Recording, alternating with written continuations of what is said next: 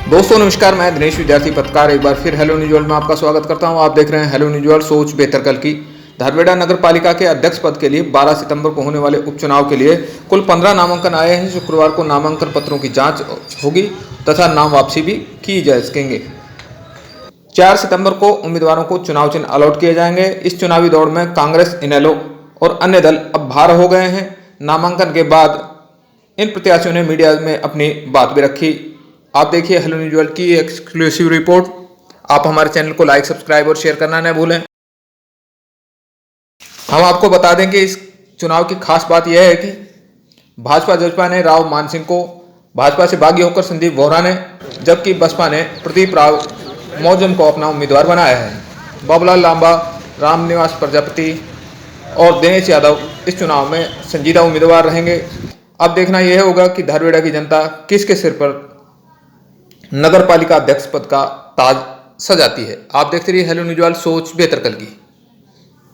है कि जिसके हाथों में हम बागडोर देने जा रहे हैं उसमें कितनी काबिलियत और योग्यता है, तो मतदाता समझदार है, वो अपना फैसला आप सबसे काबिल है ऐसा आपने क्या औरों के वो जनता बताएगी। मेरा नहीं है, मैं तो निर्णय के लिए उनके बीच में आ गया हूँ। जनता को निर्णय लेना है। मैंने तो उनको हमेशा ये कहा है कि जो आपको लगे, जो जनता को लगे कि इन उम्मीदवारों में सबसे बेहतर उम्मीदवार कौन है, उसका साथ। इसमें भारतीय जनता पार्टी और जननायक जनता पार्टी दोनों मिलकर के चुनाव लड़ रही है।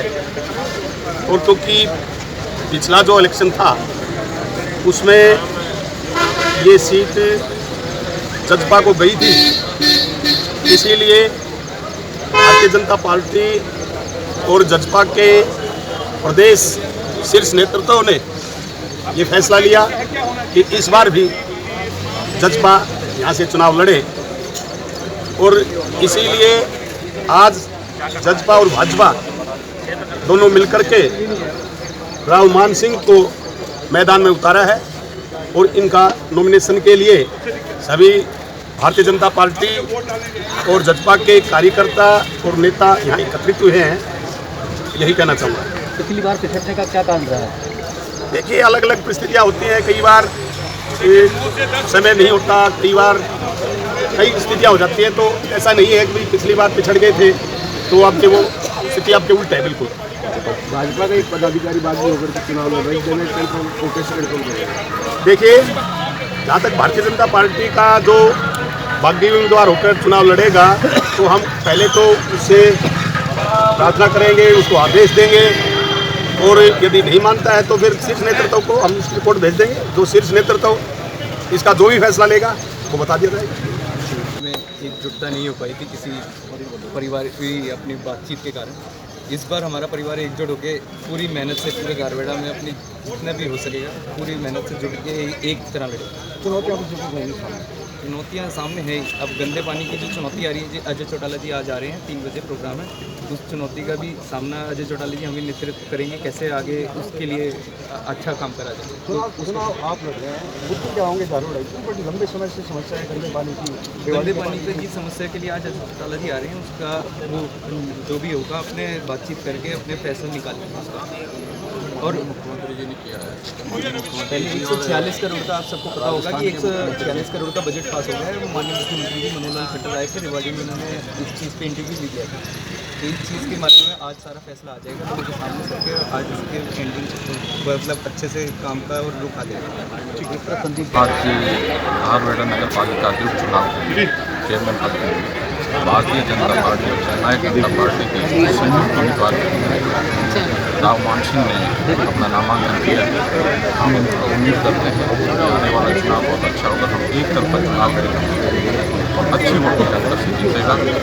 और दोनों पार्टियां एकजुट होकर जिस तरह पिछला चुनाव उन्होंने इस बात की पिछली बार भी जो चुनाव लड़ा था आपने, एकजुट नहीं थी पार्टी बीजेपी और बीजेपी, आप भी पिछली बार की तरह वो कैंडिडेट फिर खड़ा हो गया मैदान में। पार्टियां दोनों एक, इसमें किसी प्रकार का कोई शक और शिकवा नहीं है। पार्टियां एक प्रति कार्यकर्ता एक होते।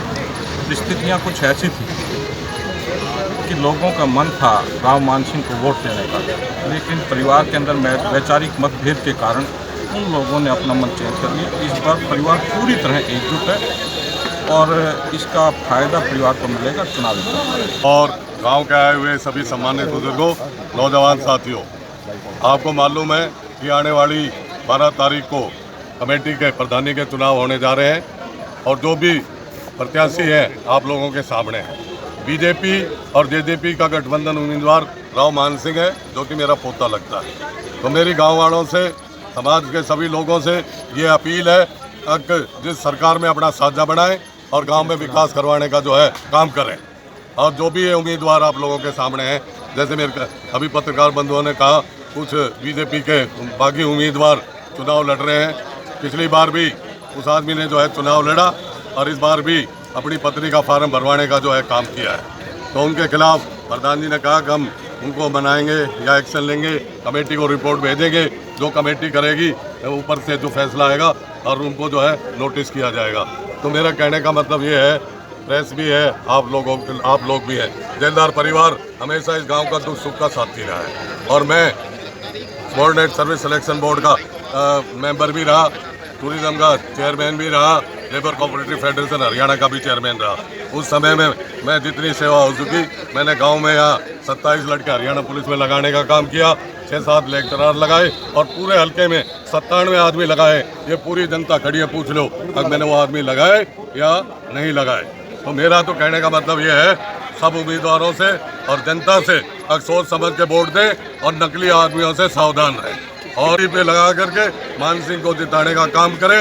आपके गांव में ग्रांट आएगी, विकास होगा।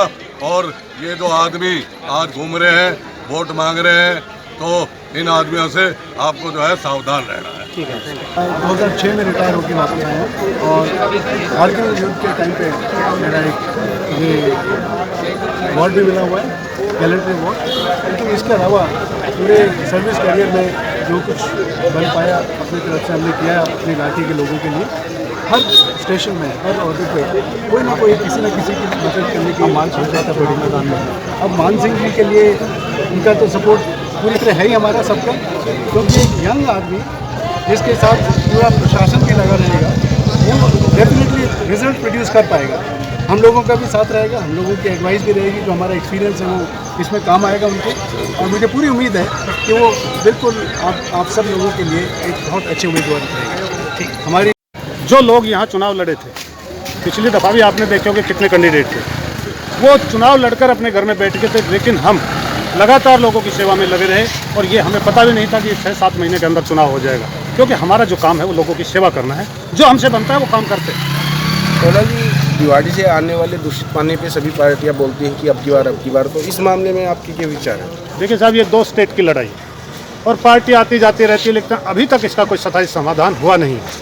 हमारा भी उसमें प्रयास है। पीछे आपने देखा होगा कि उस टाइम लोगों का में इतना रोष था, और आज आप मेरे से पूछने के बजाय उस जगह पे जाके देखो हालात क्या है वहाँ। हमने हाईवे भी जाम किया था और लोगों के साथ बैठ के वहाँ विरोध प्रदर्शन भी किया था, लेकिन अभी तक उसका कोई समाधान नहीं हुआ। सबके लिए कार्य कर सके। आज बाहर से आए हुए लोगों के लिए मैं कहना चाहता हूँ, उनका भी हमें सहारा है और उनको हमारा सहारा है। उनसे भी हमें रोजी रोटी मिलती है, कहीं हमारी दुकानें चल रही है, कहीं हमारा दूध का काम चल रहा है और बहुत से सारे काम चल रहे हैं। जनता से अपील करूँगा कि देखिए, आप ये वोट है, आपकी इस कीमत को जानिए और ऐसे आदमी को चुनिए जो आपका काम करा सके, जो आपके बीच में रह सके। तो मैं सबसे एक बार अपील करना चाहूँगा कि हम आपके बीच में सदा आपकी सेवा में रहेंगे और हमें वोट और सपोर्ट करिए प्लीज। 12 तारीख को चुनाव है, बाई इलेक्शन दोबारा, तो हम चुनाव लड़ने जा रहे हैं दोबारा से। 6 महीने की मेहनत की है हमने, गांव को अपना मैसेज पहुंचाया है, शहर को। बहुत समस्या है और मुझे लगता है धारवाड़ा को एक नया चेहरा और एक शिक्षित चेहरा की बहुत ज़रूरत है, क्योंकि हमारा भविष्य शहर के साथ जुड़ा हुआ है। इसलिए बदलाव लाने के लिए मैंने आज नॉमिनेशन किया है। नॉमिनेट पार्षद भी रहे आई थिंक आप, है ना? तो उस दौरान क्या अचीवमेंट रही, किन मुद्दों पे क्या काम कराया आपने, जो लेके जाएंगे आप? बहुत अच्छी बात पूछी आपने। देखिए जी, 2016 में मेरा नॉमिनेशन पार्षद के लिए हुआ था। 2016 से लेके 2019 तक, हालांकि हमने साथ साथ पढ़ाई भी पूरी करी, लेकिन फिर भी हमने समाज के साथ जुड़ के धारवाड़ा में आज के दिन 2 बड़ी समस्या है और उस टाइम पे 3 बड़ी समस्या थी। 2 तो आज जो कि तो है, तो सबसे बड़ी है या धारवाड़ा में पानी का निकाल नहीं है। भिवाड़ी से गंदा पानी आ रहा है और वो लगातार हर साल बढ़ रहा है और उसका निकाल नहीं है। धारवाड़वासी बहुत परेशान है। दूसरी समस्या, हमारे यहाँ एंट्री और एग्जिट नहीं है, बहुत समस्या आती है। कभी इमरजेंसी में हमें भी जाना निकलना पड़े दिल्ली रेवाड़ी की तरफ, तो बड़ी दिक्कत आती है। ये समस्या का समाधान मुझे लगता है कि ये सीट जब तक आएगी तब तक थोड़ा मेरे को ईजी रहेगा काम कराने में। और उस टाइम पे एक समस्या और बड़ी थी धारवाड़ा इंडस्ट्रियल एरिया के रोड। और उन पर भरा पानी, वो भी एक तीसरी समस्या बहुत बड़ी थी। मैंने अपनी लड़ाई लड़के धारवेड़ा इंडस्ट्रियल एरिया की तरफ, मेरे पास सारे लेटर है, सारे प्रोसीजर है कि हमने कहाँ कहाँ क्या करके 2-3 महकमों के बीच में केस फंसा हुआ था, HSIDC और हुडा, वो सब क्लियर करा के 32 करोड़ रुपए का टेंडर पास कराया है मैंने। उसमें सहयोग रहा है हमारे MP साहब का और हमारी मेहनत भी रही है। और आज हमारे इंडस्ट्रियल एरिया के रोड आप जाके देखो, 32 करोड़ रुपए का टेंडर पास हो गया और 70-80% काम हो चुके हैं। आप MP समर्थित मतलब BJP समर्थित है या राव इंद्रजीत समर्थित आप माने जाते हैं? तो राव साहब ने जैसे BJP में है तो दोनों ने तो साफ कर दिया कि भी कैंडिडेट JJP। देखो समर्थित तो अलग है जी, देखो पार्टी का और MP का MLA का हमें साथ चाहिए धारवेड़ा की विकास के लिए। लेकिन दूसरी चीज़ मैं ये कहना चाहूँगा कि धारवेड़ा की जनता के लिए ना समर्थन तो हमें सबका चाहिएगा, पार्टी का भी चाहिएगा और MP साहब का भी। जैसे अभी BJP ने संयुक्त उम्मीदवार उतार दिया, लेकिन क्या देखिए MP साहब इनका ये भी है ना, जीतने को उपरांत आप पार्टी को आश्वासन मिला है कहीं कोई मदद? देखो हम ना किसी के पास गए और ना हमारे को किसी समर्थन मिला, बाकी जहाँ साहब पार्टी है वहाँ साहब है, वो तो है ही। इसमें तो कोई आज़ाद उम्मीदवार लड़कर के पार्टी में मिलने देखो आज़ाद उम्मीदवार का मतलब ये है कि मेरे जो शहरवासी है उनका प्यार और उनके समर्थन मेरे को मिला है और उनकी इच्छा है, आकांक्षा है कि मैं लड़ूं और गांव के लिए काम करूं, शहर के लिए। शहर की समस्याएं जो हैं उनके लिए दोषी किसे मानते हैं जी? शहर की जो समस्याएं, देखो इसके लिए दोषी मानूंगा मैं जो इससे पहले बने हैं उन सभी लोगों का, जिससे पहले जिन्होंने गांव में सरपंची से लेके और क्या नाम है यहाँ चेयरमैन तक रहे, मैं उनको दोषी मानता हूँ। पार्टी भी पहले यहीं थी, MP साहब भी सालों से यहीं है, समस्याएं भी यहीं हैं, तो फिर अब क्या ऐसा नया परिवर्तन आ जाए? देखिए पार्टी और MP साहब की तो मैं अभी बात ही नहीं, चर्चा नहीं करना चाह रहा, मैं तो शहरवासियों की बात कर रहा हूँ। शहरवासी हमारे शहर से ही बने हैं, बाहर से तो कोई आए नहीं। अब कोई MP के पास गया हो, MLA के पास गया हो और उनसे काम ना हुआ हो तो वो बताएंगे, जवाब मैं नहीं दे सकता। पर मैं ये मानता हूँ अगर मैं शहर के लिए अगर किसी MP MLA किसी के पास जाऊँगा और मेरी इच्छा अच्छी है, हमारे मन की भावना अच्छी लगेगी काम करने की, तो जरूर मदद करेगा। जनता से क्या अपील करेंगे जी? जनता से क्या अपील करेंगे? जनता से यही अपील करूँगा जी, देखो जब तक आप किसी को मौका नहीं दोगे तो उसके बारे में अच्छा बुरा नहीं कह सकते। हमारे को एक बार मौका दो और उसके बाद में आप निर्णय ले सकते हो, एक बार मौका देना चाहिए।